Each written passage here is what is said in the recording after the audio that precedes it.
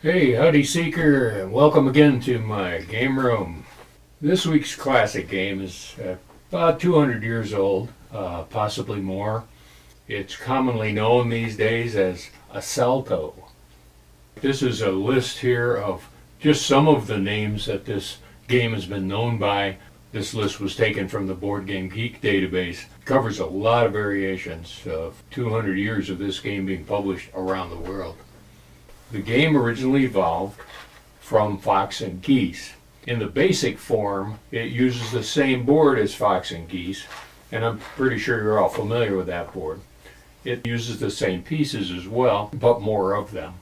And if you have a set that plays Fox and Geese and the French solitaire game, you've got plenty of pieces to be able to play Asalto as well. And in fact, in the Peg Pastimes version of Fox and Geese, we included the rule set for the basic game of Asalto. It first appeared in Germany around 1803, and the game was called Belagerung Spiel, which means the siege game, or Spiel, which means the fortress game. Depends on who was actually publishing the game at the time. They adopted the layout of the Fox and Geese game and added a few graphical elements to it to make it distinctive, but essentially it's the same asymmetrical predator and prey type of game, but with a new win condition added to it. The markings outline a 9-point side of the cross as a distinct fortress or castle, typically in a different color from the rest of the board's points. Also, horizontal lines of the board are usually shown a different color than the rest. This indicates where the attacker may not move according to some rules. Well, then came the bigger version. This is our Peg Pastimes Peg version of the Neues Spiel, which means the new fortress game, or the Großen Belagerung Spiel, which means the big assault game or the big siege game. It now has a board of 67 points, 17 points inside the fortress. In addition to using 50 soldiers on the field, there were 7 defenders of the castle, a much larger game than the original played on the Fox and Geese board. This larger version was published under a bunch of different themes, depending on what the current conflict might have been. So there was a Franco-Prussian War version, a Crimean War version, Indian version. It was published in England under Soldiers and Sepoys.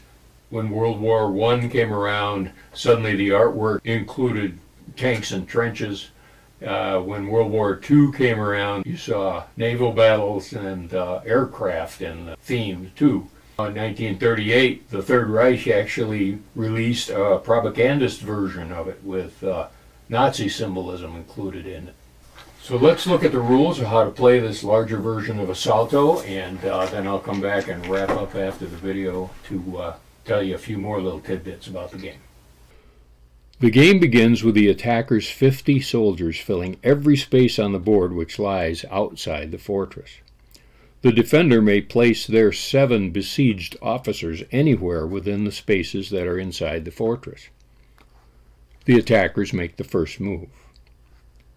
Moves are made following the lines on the board one space at a time. Other than that, the moves and objectives of the 2 forces on the board are different. The attackers cannot move backwards. Some versions also say that the attackers cannot move sideways either left or right. The exceptions to this are the pieces in the 4 spaces to either side of the fortress. Their only choice is to move sideways towards the fortress. I consider this an optional rule. The attackers cannot leap over other pieces or make any captures of any kind. Their objective is to occupy all the spaces in the fortress or to trap the enemy officers so they cannot move. The defenders can move along the lines in any direction, one space at a time. They can also make a short jump to capture one of the attackers, also following the lines. In fact, jumping captures are mandatory. If there are 2 possible ways to jump, the defender can choose which one to perform. The jumped attacker is removed from the board as soon as the jump is executed. And in some versions, if another jump is possible, it must be made as well, all part of the same turn.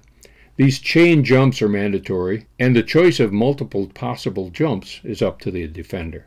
Again, this is optional. Call it a house rule, I guess.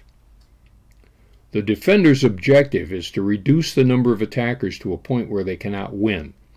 If there are only 16 attackers left on the board, this is not enough to win, either by filling the fortress or by trapping the defenders. Now, some rule sets in Asalto also have a huffing rule. That means if the officers take their turn and then the defender's turn comes around and says, you should have made a jump, a mandatory jump, then that officer piece that could have made the jump is just removed from the board. That can be pretty devastating, so you want to watch carefully that you make all the mandatory jumps that are available. As noted before, some of the boards have the horizontal lines in a different color or grayed out to indicate that the attackers can't move sideways. I think it really restricts the possibilities for the attacker, and so I generally opt to ignore that rule. It's particularly devastating on the smaller board, on the Fox and Geese board. And I don't think the huffing rule can apply to the smaller board either, because you only have 2 officers anyway, and you lose one, you lose the game. It is possible to find copies of Asalto in antique stores or estate sales, occasionally even maybe in a thrift shop. But it's harder to find, and I think it's a fun little 2-player asymmetrical strategy game. And so this is one of the reasons that we've decided to produce this. Asalto is in the NewVenture catalog. You can find it on our website. So whichever version of Asalto you play, the little Fox and Geese version or the bigger Belagerung Spiel, be sure and play every day.